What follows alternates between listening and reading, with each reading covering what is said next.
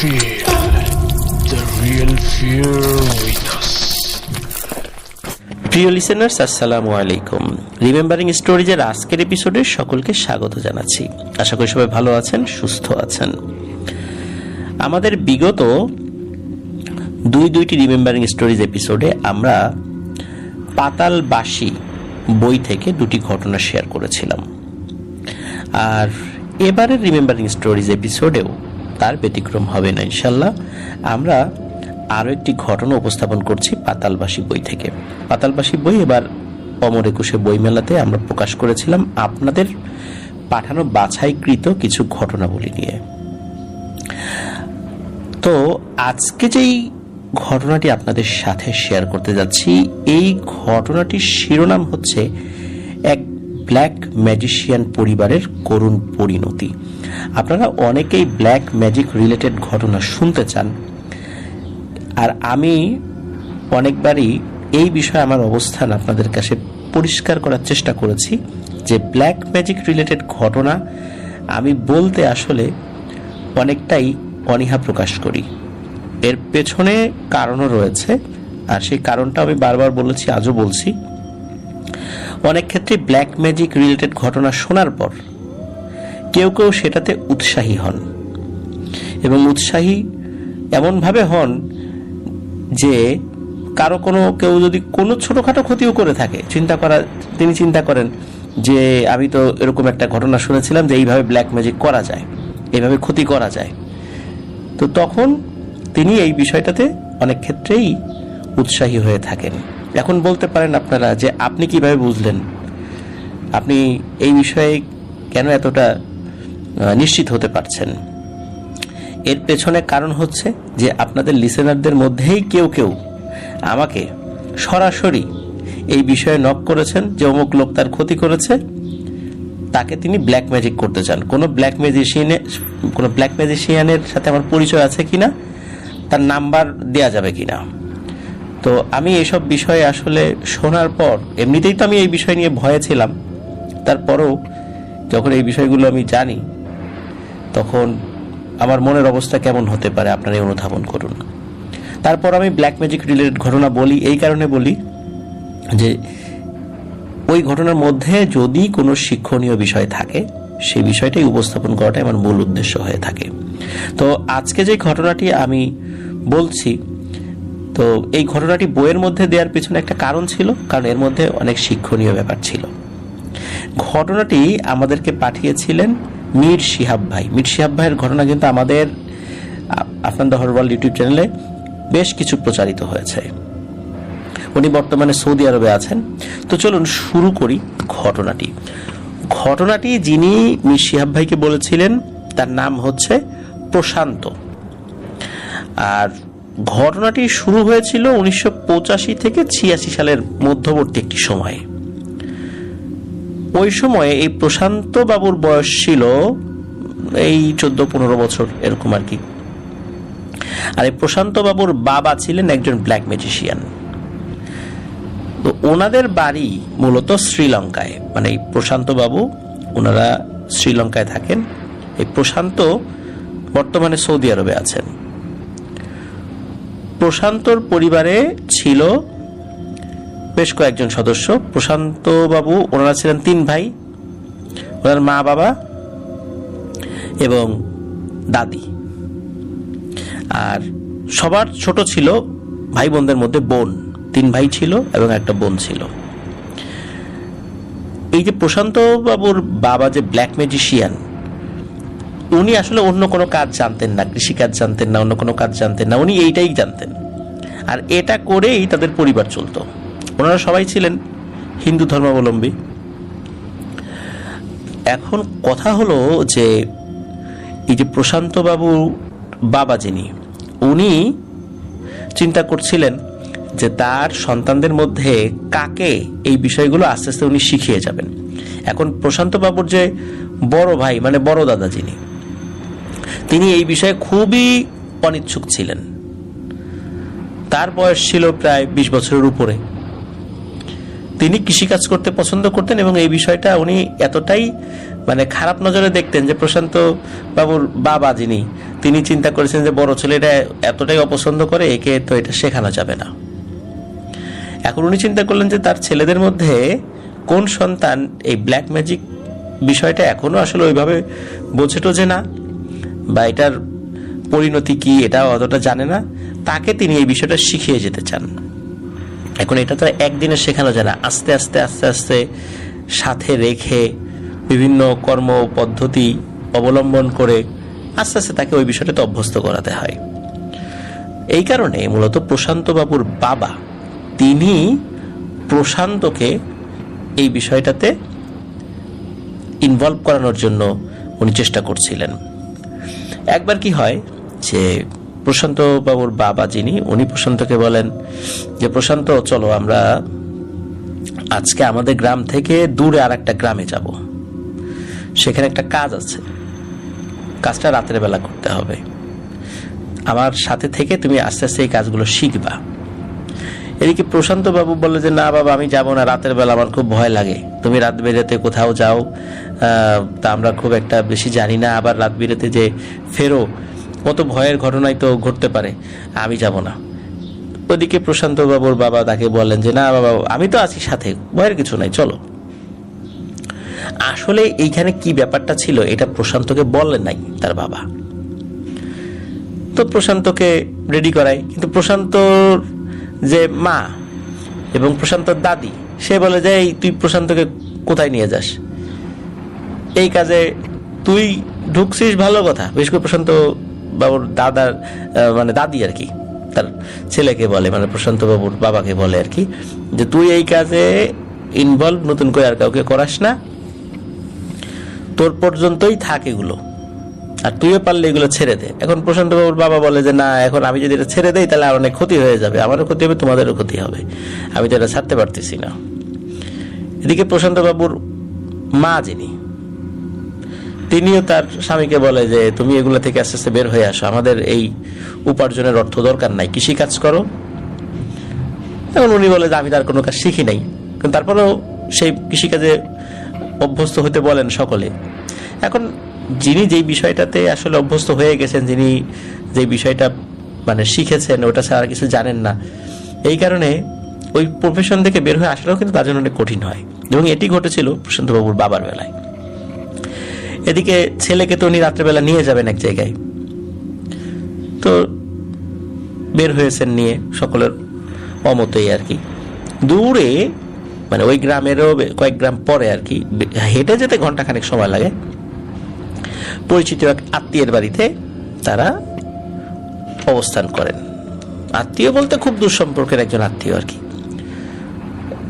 আসলে মূল ব্যাপারটা ছিল হচ্ছে ওই গ্রামে একটা হিন্দু ধর্মাবলম্বীদের শ্মশান রয়েছে, এই শ্মশানের পাশে কবরস্থান রয়েছে, সেটাও হিন্দুদেরই কবরস্থান। অনেক সময় দেখা যায় কি যে অনেক গরিব মানুষ যাদের লাশ দাহ করার জন্য যে খরচ দরকার সেই খরচটা তাদের থাকে না, ওই খড়ি তারপর আদার্স যে উপকরণগুলো রয়েছে সেগুলো কেনার মতো সামর্থ্য থাকে না, তখন তারা দাফন করে দেয় লাশ। এই জন্য শ্মশানের পাশে একটা কবরস্থান ছিল, সেখানে লাশ দাফন করার ব্যবস্থা ছিল। মূলত ওখানে একটা আত্মহত্যা করেছে এমন একটা মেয়ের লাশ দাফন করা হয়েছিল। ওই পরিবারও খুব গরিব ছিল, এই জন্য লাশ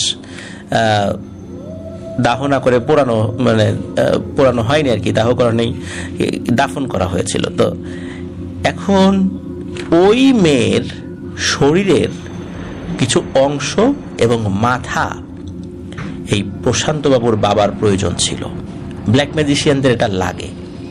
এই কারণে এই মাথাগুলো তিনি কিন্তু এটাই যে নতুন সংগ্রহ করতে এসেছেন তা কিন্তু নয়, উনি এর আগে সংগ্রহ করেছেন, সেগুলো বিভিন্ন ব্ল্যাক ম্যাজিশিয়ানদের কাছে বিক্রি করেও বেশ মোটা অর্থ তিনি উপার্জন করেছেন।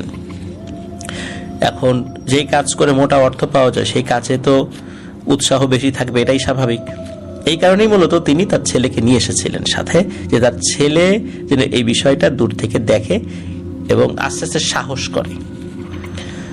তো তার ছেলেকে উনি নিয়ে এসেছিলেন, কিন্তু এই তথ্যটা পেয়েছিলেন তার ওই দুঃসম্পর্কের আত্মীয়ের কাছ থেকে। এই জন্য রাতের বেলা ওই আত্মীয়ের বাড়িতে তিনি অবস্থান নেন। রাত আনুমানিক 2টোর দিকে ছেলেকে নিয়ে বের হয়ে যান। ছেলে ভয় পাচ্ছিল, কিন্তু ছেলেকে সাহস দেন, হাতে একটা লাঠি দেন এবং বলেন যে আমি যদি কখনো কোনো সমস্যায় পড়ি, এই লাঠি দিয়ে আমার শরীরে হালকা হালকা করে টাচ করবা, খুব হালকা করে বাড়ি দিবা, তাহলে আর সমস্যা থাকবে না, আর তোমার আশেপাশেও কোনো কিছু আসবে না। আর যদি পরিচিত কোনো কণ্ঠস্বরে তোমাকে ডাকে, কখনো তুমি পেছন দিকে তাকাবা না। এই কথা বলেন। ছেলেও ভয় পাচ্ছে, তারপরও বাবার সাথে গিয়েছেন, যেহেতু বাবা সাথে আছে, বাবার সাথে থাকলে অনেক ভয় জয় করা যায়, এটাই কিন্তু তার কাছে মনে হয়েছিল। প্রশান্তবাবুর বাবা উনি কাজের জন্য বেশ কিছু জিনিস নেন, যেমন ছুরি, কাঁচি, আরো বেশ কিছু উপকরণ, সেগুলো সাথে নেন এবং উনি সেই কবরস্থানে চলে যান।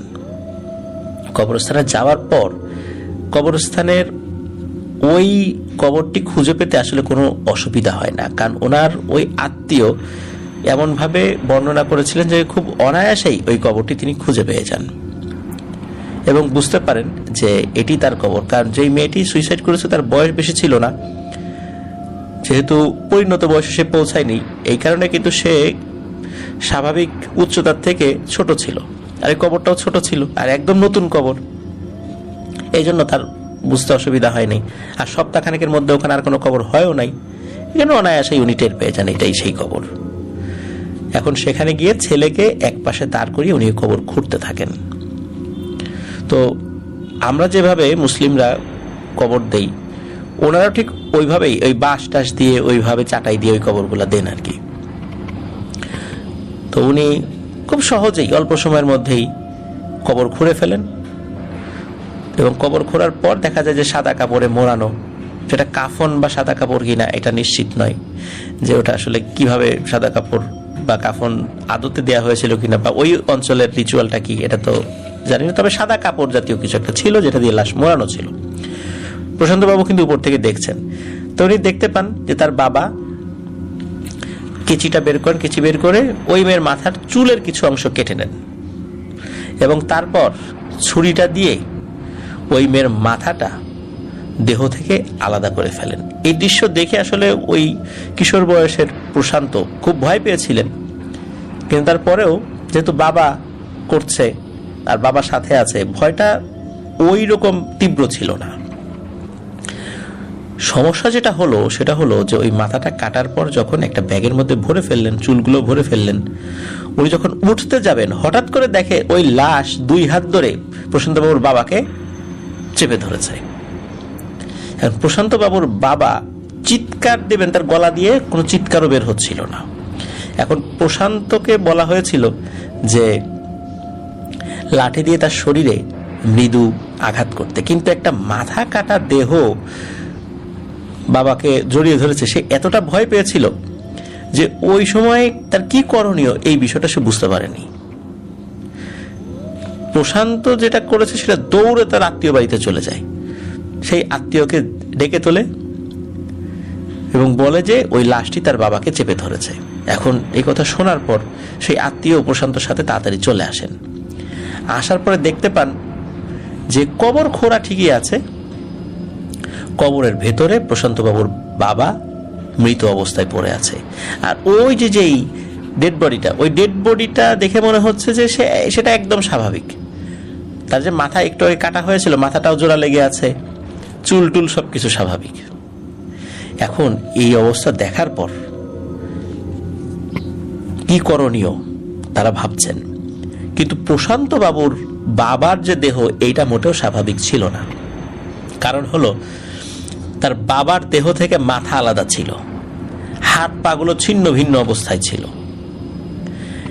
এখন এই ডেড বডি নিয়ে তারা কি করবেন, বিশেষ করে ওই আত্মীয় পড়ে যান খুব একটা বিপাকে, কারণ একটা জীবিত মানুষ এইভাবে মারা গেছে, একটা পুলিশি ঝামেলা হতে পারে, উনি চিন্তায় পড়ে যান। তারপরেও উনি সাহস করে কবরে নামেন, প্রশান্তবাবুর ছেলেও কবরে নামেন, নেমে ওই ডেড বডিটাকে তোলা হয়, মানে প্রশান্তবাবুর বাবার ডেড বডিটাকে তোলা হয়, ছিন্ন ভিন্ন ডেড বডিটা, তারা উঠে আবার ওই মেয়ের কবরটা ঠিকঠাক করে দেয় এবং ওই ডেড বডিটা একটা বস্তা ম্যানেজ করে সেখানে ভরে নিয়ে আসা হয় বাড়িতে। এখন ওই আত্মীয় পড়ে যান মহা দুশ্চিন্তায়, এখন কি করি। এখন এই ডেড বডি যদি এখানে কবর দিতে যাই, হবে তো আর এক ঝামেলা। যা করার আজকে রাতের মধ্যেই করতে হবে। তখন রাতের মধ্যেই সেই ডেড বডিটা তার গ্রামে কোনো না কোনোভাবে পাঠিয়ে দেওয়া হয়। এর পিছনে কারণ ছিল যে উনি ঝামেলাটা এড়াতে চাচ্ছিলেন, তিনি কোনো ঝামেলা যেন না পড়েন। কারণ ওইখানে যদি মাটির নিচে দাফন করে দেন, যদি কুকুর শিয়ালে যদি সেটা আবার তুলে ফেলে, এটা নিয়ে অনেক হই হট্টগোল হবে। এই জন্য উনি ওই রাত্রেই ওই ডেড বডিটা তাদের বাড়িতে পাঠিয়ে দেন এবং ওদের বাড়ির কাছেই একটা জায়গায় গর্ত করে ওই ডেড বডিটা দাফন করে দেওয়া হয়। তো ঘটনা কিন্তু এই পর্যন্ত, এবং লোকদেরকে বলে দেওয়া হয় যে রাতের বেলায় হঠাৎ করে উনি মারা গেছেন, এই জন্য তাকে দাফন করে দেওয়া হয়েছে। লোকজন তো জিজ্ঞেস করবে, অনেকেই আসবে, কারণ তার কাছ থেকে অনেকেই বিভিন্ন বিষয়ের সলিউশনের জন্য আসতেন। এখন ঘটনা কিন্তু এখানেই শেষ নয়, ঘটনা মূলত এখান থেকে শুরু হয়ে গেল। এতক্ষণ যেটা বললাম সেটা ঘটনার প্রেক্ষাপট মাত্র। এরপর চলে যায় 1 মাস। 1 মাস চলে যাওয়ার পর এই যে প্রশান্ত বাবুর যিনি বড় ভাই, সবার বড় ভাই, প্রশান্ত ছিলেন মেজ, তার ছিল বড় আরেকজন, আর একটা ছোট ভাই ছিল। সবার বড় ভাইয়ের এক রাত্রে, ঠিক 1 মাস পর এক রাত্রে তার ডেড বডি পাওয়া যায় ঘরের মধ্যেই। মাথা বডি থেকে আলাদা, মাথার চুল কাটা। পুরুষ মানুষের চুল ছোট ছিল, কিন্তু তারপরও চুলগুলো মাথা থেকে কাটা ছিল। এই দৃশ্য দেখে তো পরিবারের সদস্যরা প্রচন্ড ভয় পান। সর্বনাশ, এটা কি হলো, কে করলো এটা?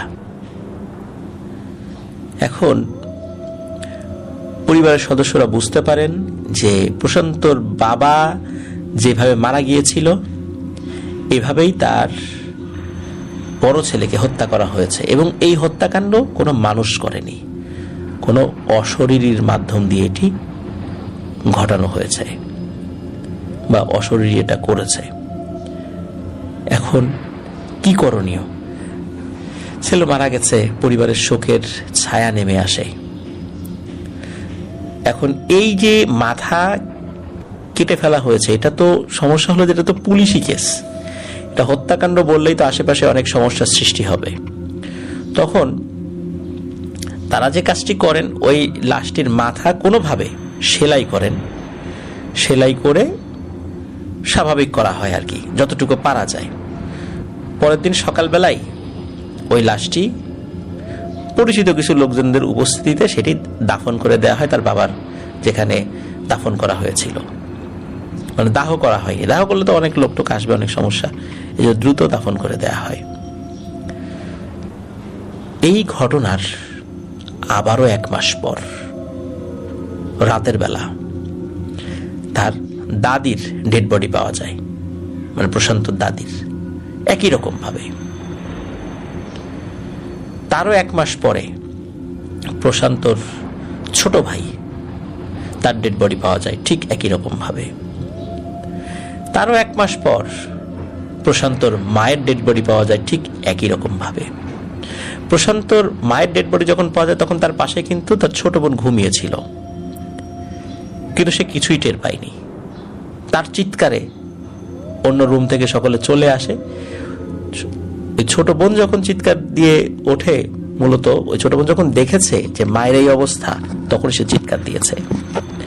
এভাবে পরিবারের সদস্যগুলো মারা যেতে থাকেন।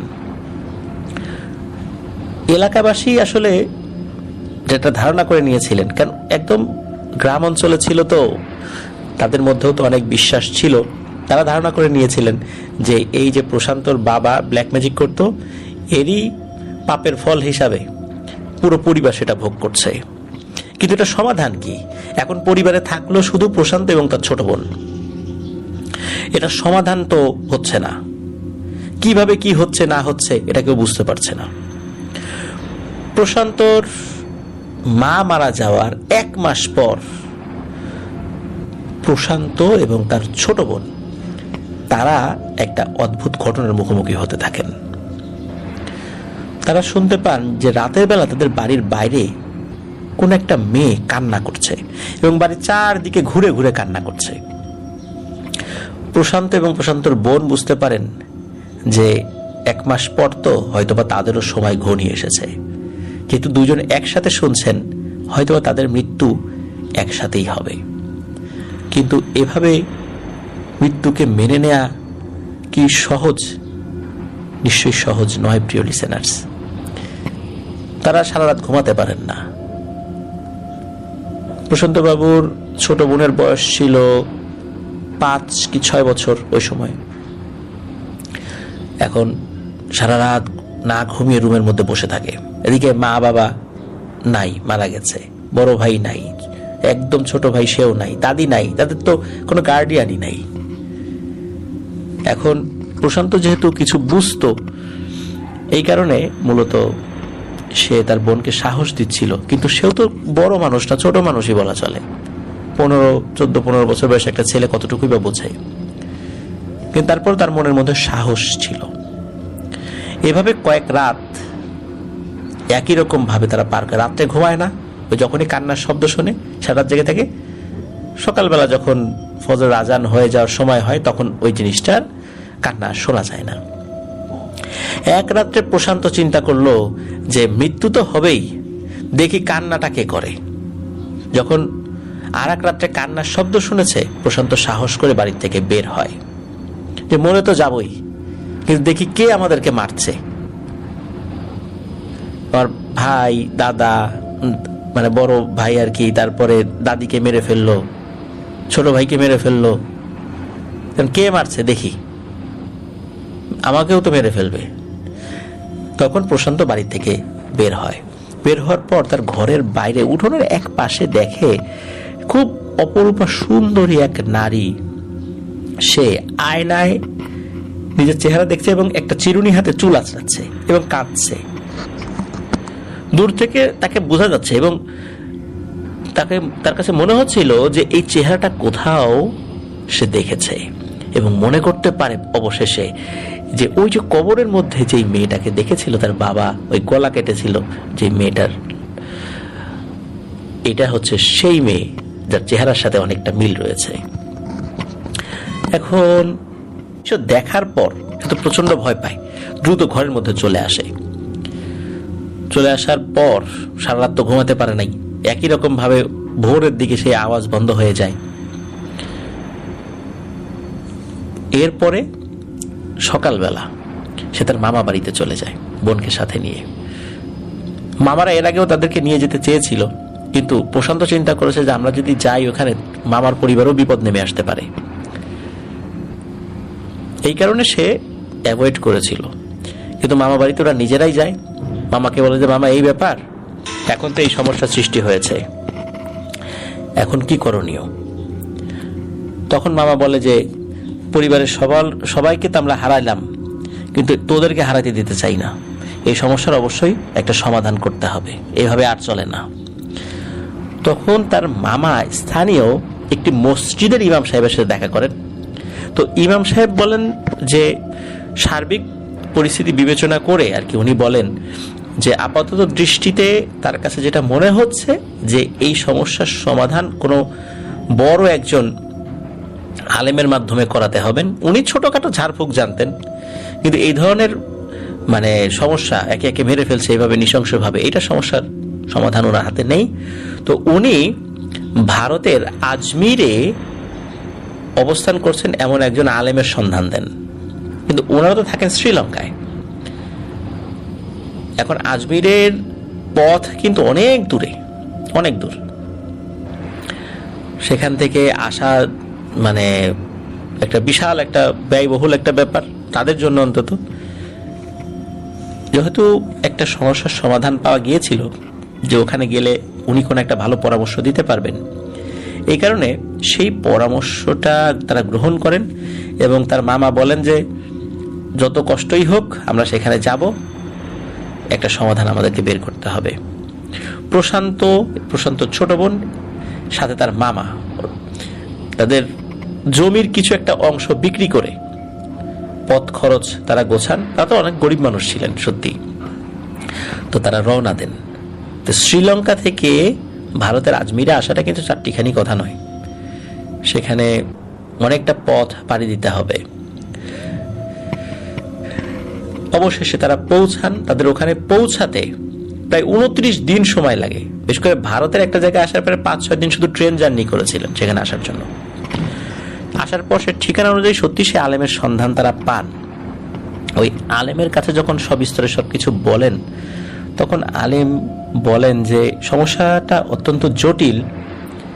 এই বিষয়ে তিনি এই ঘটনা যারা ঘটাচ্ছে তাদের সাথে কথা বলবেন, তার অনুগত যে জিনেরা রয়েছে তাদের মাধ্যমে। তারপরে তিনি সরাসরি সেই জিনদের সাথে কথা বলবেন। আগে তার অনুগত জিনদের মাধ্যম দিয়ে ওই জিনদেরকে তলব করতে হবে, তারা যেন স্বেচ্ছায় আসে। স্বেচ্ছায় যদি তারা আসে তাহলে অনেক ক্ষেত্রেই নাকি কাজ হাসিল করা অনেকটা সহজ হয়ে যায়, তাদেরকে যদি বুঝিয়ে নিয়ে আসা যায়। বুঝিয়ে নিয়ে আসা মানে হচ্ছে তারা অনেকটা মন নরম হয়ে যায়। তো উনি কয়েকদিন সময় নেন। তো উনি ওনার অনুগত জিনদেরকে ওই জিনদের কাছে পাঠান যারা মূলত এই ঘটনাটা ঘটাচ্ছিল।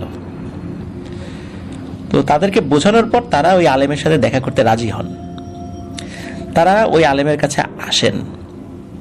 আসার পরে আলেমকে বলেন যে এই যেই পরিবার, এই পরিবারের যিনি কর্তা, সে একজন ব্ল্যাক ম্যাজিশিয়ান ছিলেন। সে মোটা অঙ্কের টাকার বিনিময়ে এই লাশের মাথা চুরি করত, বিশেষ করে যারা সুইসাইড করতো এই টাইপের ইয়েগুলো। মূলত যেই কবরের মাথাটা চুরি করতে গিয়েছিল ওই কবর থেকে বেশ খানিকটা দূরে একটা বড় গাছ ছিল। ওই গাছেই মূলত এই 5 জন জিন বসবাস করে। তো এই 5 জন জিন যখন এটা দেখে, তখন দেখার পর এদের খুব ক্ষোভ সৃষ্টি হয় যে এই লোকটা এইভাবে প্রতিনিয়ত কাজ করে যাচ্ছে। একটা মেয়ে সুইসাইড করেছে এবং ওই জিনেরা জানতো এই মেয়ের সুইসাইডের কারণ। পারিবারিক বিভিন্ন চাপে সে কষ্ট সইতে না পেরে সুইসাইড করেছে।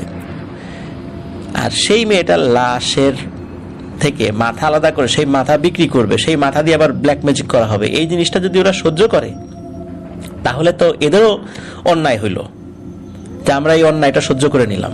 মূলত এই ঘটনার প্রেক্ষাপটেই উপস্থিতভাবে ওই জিনগুলো ওই ব্ল্যাক ম্যাজিশিয়ানকে হত্যা করে। মূলত প্রশান্ত যেটা দেখেছে যে ওই লাশ তো আসলে কাউকে হত্যা করতে পারে না। মূলত ও চোখে যেটা দেখেছে লাশের অবয়বে তার বাবাকে হত্যা করছে, এগুলো মূলত ওই জিনদেরই ব্যাপার স্যাপার ছিল। এবং তারপরে ওই জিনেরা প্রতিশ্রুতি নিজেদের মধ্যে ওয়াদাবদ্ধ হয় যে এই ব্ল্যাক ম্যাজিশিয়ানের পরিবার এরা প্রত্যেকেই অভিশপ্ত। কারণ এই ব্ল্যাক ম্যাজিশিয়ান যে সেই কাজ করতো প্রত্যেককেই তো খাইয়েছে তাদের উপার্জনের টাকা, তার উপার্জনের টাকা।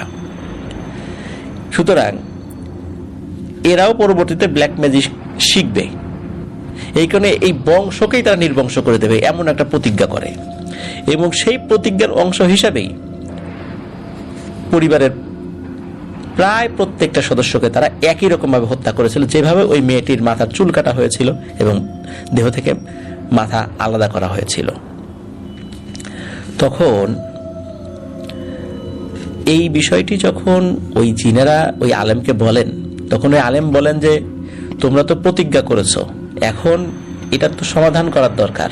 ওরা তো কোনো অপরাধ করে নাই, ছোট কয়েকজনকে হত্যা করেছো, ওরা তো অপরাধ করে নাই। তখন জিনেরা বলে যে আমরা প্রতিজ্ঞা করেছি, ওয়াদাবদ্ধ হয়েছি যে আমরা ওই পরিবারকে, ওই বংশকে নির্বংশ করব। আর জিনেরা তাদের ওয়াদার বরখেলাফ করে না। আমরা যেহেতু ওয়াদা করেছি আমরা এটা করবই। তখন ওই আলেম বলেন যে ওয়াদার বরখেলাফ তোমরা করো না সেটা আমরা জানি, কিন্তু এটা সমাধান একটা নিশ্চয়ই আছে, এখন সমাধানের পথটা বলো। তখন ওই জিনেরা বলে যে সমাধানের পথ তো নাই আমাদের জানা মতে, এখন যদি আমাদের মায়াও লাগে তারপরও ওদের দুইজনকে হত্যা করে আমরা নিবৃত হব। তখন ওই আলেম বলেন যে তোমাদের যিনি আমির বা যাকে তোমরা নেতা মানো, আমি তার সাথে কথা বলতে চাই, গিয়ে বলো যে আমি তাকে ডেকেছি। তখন ওই 5 জন গিয়ে তাকে খবর পাঠায়। তখন ওই আমির তার সাথে সে দেখা করেন, ওই আলেমের সাথে। তো ওই আমিরকে উনি বুঝিয়ে বলেন যে এই ব্যাপার, তোমার অধীনস্থ 5 জন জিন তো এরকম প্রতিজ্ঞা করেছে, এখন এর থেকে নিবৃত্ত করার উপায় কি? তখন ওই আমির অনেকক্ষণ চুপ করে থাকেন। চুপ করে উনি মানে ভাবছেন যে কি করা যায় এটা। অবশেষে উনি বলেন, হ্যাঁ ঠিক আছে, এটার একটা সমাধান আছে। তখন উনি আবার ওই 5 জন জিনকে ডাকেন, মানে জিনদের সর্দার আবার 5 জনকে ডাকেন ওই আলেমের উপস্থিতিতেই। ডেকে বলে যে তোমাদের প্রতিজ্ঞা ভঙ্গর কারণে তোমাদের উপর কোনো অভিশাপ নেমে আসবে না, একটা সলিউশন আছে। এই সলিউশনটা যদি ওই পরিবার করতে পারে তাহলে ওরা আর কিছু বলবে না, ওদের প্রতিজ্ঞাও রক্ষা হবে এবং ওরাও বেঁচে যাবে। এখন সলিউশনটা কি? তখন ওই আমির, ওই জিনদের মধ্যে যিনি নেতা আর কি, তিনি বলে দেন যে এই যে ওরা যে প্রতিজ্ঞা করেছিল যে ওই বংশকে নির্বংশ করে দেবে, সুতরাং ওদের যে গোষ্ঠী, যে বংশ, এই বংশটাকে পরিবর্তন করতে হবে। প্রিয় লিসেনার্স, আপনাদের বোঝার সুবিধার্থে বলি, ধরুন যে আমরা মুসলিমদের মধ্যে চৌধুরী আছে, খান আছে, মোল্লা আছে, শেখ আছে, এরকম অনেক আছে। তো ধরুন যে কেউ শেখ থেকে মোল্লা বা মোল্লা থেকে চৌধুরী বা সৈয়দ, সৈয়দ থেকে মন্ডল, এই টাইপের বংশের পদবি চেঞ্জ করে ফেলা। তো ওরা ধরেন যে ওরা ছিল পাল বংশ, তো ওরা হয়ে যাবে সেন বংশ, মানে ওরা আর আগের পদবি ব্যবহার করতে পারবে না। তখন ওই আলেম বলে, আচ্ছা ঠিক আছে, আমি ওদেরকে বলবো যেন এটা কাজটা করে, তার আগ পর্যন্ত তোমরা ওদের কোনো ক্ষতি করবে না। তখন জিনরা প্রতিশ্রুতি, আছে ঠিক আছে, ওদের সম্মতির অপেক্ষায় আমরা থাকলাম। তখন এই প্রশান্ত বাবুর মামাকে ওই আলেম বলেন যে জিনেদের তরফ থেকে এটা বলা হয়েছে যে এটা করলেই শুধু ওদের প্রতিজ্ঞাও রক্ষা হয়, তোমরাও বেঁচে যাও। তখন ওই প্রশান্ত বাবু এবং তার বোন, তারা তাদের বংশের যে পদবি, তাদের পদবিটা এক্সাক্ট কি ছিল এটা আমি শিহাব ভাই আসলে বলতে পারেন নাই আমাদেরকে। তখন ওদের বংশের পদবিকে ওনারা চেঞ্জ করে ফেলেন। ধরুন যে সে পাল ছিল সেন হয়ে গেল, বা সেন ছিল পাল হয়ে গেল, এবং এটাও প্রতিশ্রুতি দেন যে তাদের মানে পরবর্তী বংশধররা যদি আল্লাহ মানে দুনিয়াতে পাঠান, তাহলে তারাও এই যে নতুন যে পদবি সেটাই ব্যবহার করবেন। তো এই প্রতিশ্রুতি যখন দেন তখন জিনেরা আর এই 2 জনকে কোনো ক্ষতি করে নাই। প্রশান্ত বাবু ভালো আছেন, আর প্রশান্ত বাবুর যিনি বোন তিনি এখন ভালো আছেন, তারও বাচ্চা কাচ্চা আছে। এখন প্রশান্ত বাবুরও উনি বিয়ে করেছেন, ওরা সন্তানাদি আছে, তারা এখন একদম স্বাভাবিক। প্রিয় লিসেনার্স, এই ঘটনার মাধ্যম দিয়ে কিন্তু আমিও একটা বিষয় নতুন করে জেনেছিলাম যে এই যে জিনেরা যে তাদের ওয়াদার বরখেলাফ করে না, এটা তো আমরা অনেকেই জানি, কিন্তু ওয়াদা করে ফেলেছে যে এই বংশকে নির্বংশ করবে। এখন এই যে একটা চমৎকার সলিউশন, এই সলিউশনটা কিন্তু জিনেদের যে সর্দার তিনি এসে এটা দিয়েছিলেন। তো চমৎকার একটা সলিউশন ছিল, আমার কাছে খুবই এই জায়গাটাতে আমার ভালো লেগেছে আর কি। একটা চমৎকার একটা সলিউশন, যে 2 জনের জীবনও বেঁচে গেল, বংশ নির্বংশ হলো না, তাদেরও ওয়াদার বরখেলাফ হলো না, প্রতিজ্ঞাটা ঠিক থাকলো। তো এইভাবেই এইটার সমস্যার আল্লাহর রহমতের সমাধান হয়েছিল। তো প্রিয় লিসেনার্স, এটি ছিল ঘটনা মূলত। আশা করছি এই ঘটনাটি আপনাদের ভালো লেগেছে। পাতালবাসী বইটি কিন্তু আপনারা রকমারি থেকে অর্ডার করতে পারেন, প্রান্ত প্রকাশন থেকে এটা প্রকাশিত হয়েছিল। তো রকমারি থেকে অর্ডার করলেই আপনারা বইটি পেয়ে যেতে পারেন, যেটা আপনাদেরই পাঠানো ঘটনা বলি। প্রিয় লিসেনার্স, আমাদের এবারের এপিসোডের একদম শেষ পর্যায়ে চলে এসেছি। ঘটনা যদি আপনাদের ভালো লেগে থাকে তাহলে এখনো যারা আমাদের চ্যানেল সাবস্ক্রাইব করেননি তারা দ্রুত সাবস্ক্রাইব করে ফেলুন। আপনাদের হরর ওয়ার্ল্ড নামে আমাদের একটি ফেসবুক পেজ এবং গ্রুপ রয়েছে, যার লিঙ্ক আমরা আমাদের ভিডিও ডেসক্রিপশনে দিয়ে রেখেছি। সেখানে গিয়ে আপনাদের হরর ওয়ার্ল্ড পরিবারের সদস্য হয়ে যেতে পারবেন। আপনারা যারা ঘটনা পাঠাতে চান তারা লিখে অথবা রেকর্ড করে যে কোনোভাবে ঘটনা পাঠাতে পারবেন afnanthehorrorworld@gmail.com এই ইমেল অ্যাড্রেসে। ইমেল অ্যাড্রেসের স্পেলিংটাও আমরা আমাদের ভিডিও ডেসক্রিপশনে দিয়ে রেখেছি, সেখানে গিয়ে স্পেলিংটা চেক করে নিতে পারবেন। আমার ঠান্ডাজনিত সমস্যা সৃষ্টি হয়েছে, যার কারণে কিন্তু আমার স্বাভাবিক ভয়েসে আমি নেই। আমার গলা শুনে নিশ্চয়ই বুঝতে পারছেন। আমার জন্য দোয়া করবেন আমার পরিবারের জন্য দোয়া করবেন, আপনাদের জন্য দোয়া রইল, আপনাদের পরিবারের সকলের জন্য দোয়া রইল। আল্লাহ আমাদের সকলকে ভালো রাখুন, সুস্থ রাখুন, নিরাপদে রাখুন। আসছে সোমবার অমীমাংসিত রহস্যের আরো একটি এপিসোড নিয়ে আপনাদের সামনে ইনশাল্লাহ হাজির থাকব। আর প্রতি বৃহস্পতিবার তো আপনাদের পাঠানো ঘটনাবলী নিয়ে আসছি ঠিক রাত 10:59 after the horror world YouTube চ্যানেলে। তো আজকের মতো বিদায়। আসসালামু আলাইকুম। প্রিয় লিসেনার্স, আসসালামু আলাইকুম।